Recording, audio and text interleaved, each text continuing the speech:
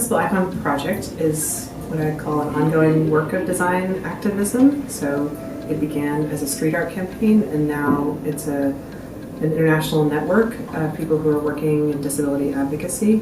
And since its inception as a street art campaign, many cities, towns, governmental organizations, companies, sports teams, you name it, and places all over the world have adopted that icon as their official signage.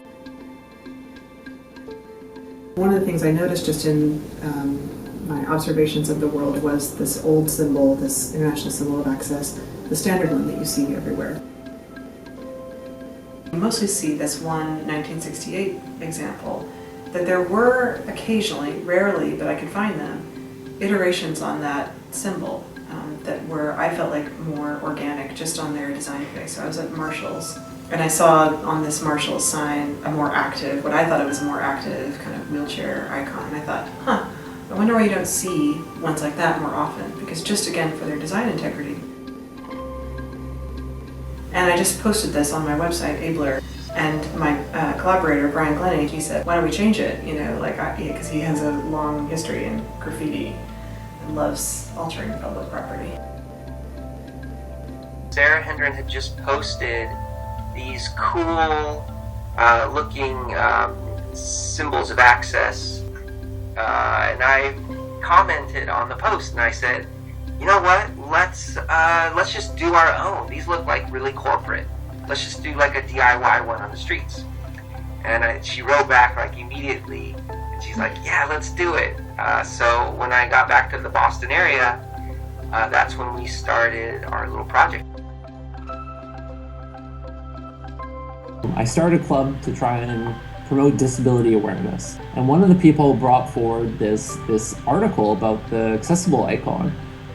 They really loved it. They wanted it to become the club logo. When we had a meeting about it, we actually thought about it some more, and we thought, wouldn't this be awesome if we brought it to Canada and brought it to our university? So last summer, the university approved it, and they are now in the process of transitioning from the old, ugly disability icon to the accessible icon.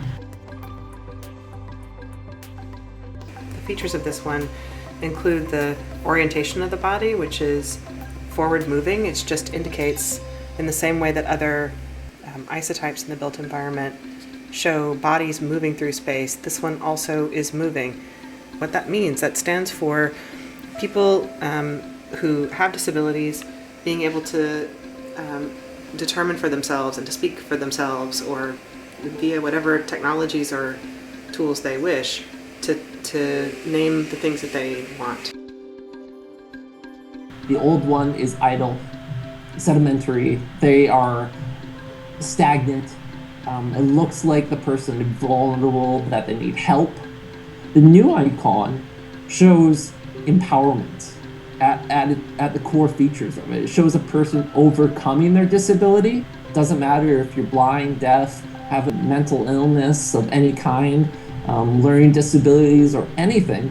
A person with a disability fights hard to try and overcome.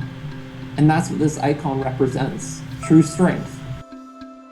As a result of the press, people reached out to us to collaborate, to hold events like the ones at Triangle Incorporated in Malden. The idea of a project that becomes an event, and so changing over the signs and the stencils for parking spaces, for instance. I realized, what was magic about that day was just having people who are unlike each other talking and having a common task, and people who are probably uncomfortable talking to people with disabilities, talking to them anyway, and having, again, this kind of shared activity. And it's funny and it's a little bit awkward, and trying to wield spray paint and all this stuff. And I realized, oh, that's the dream of this project, is actually an evental work, a work that can actually take place in real time, and the human exchanges that can happen there.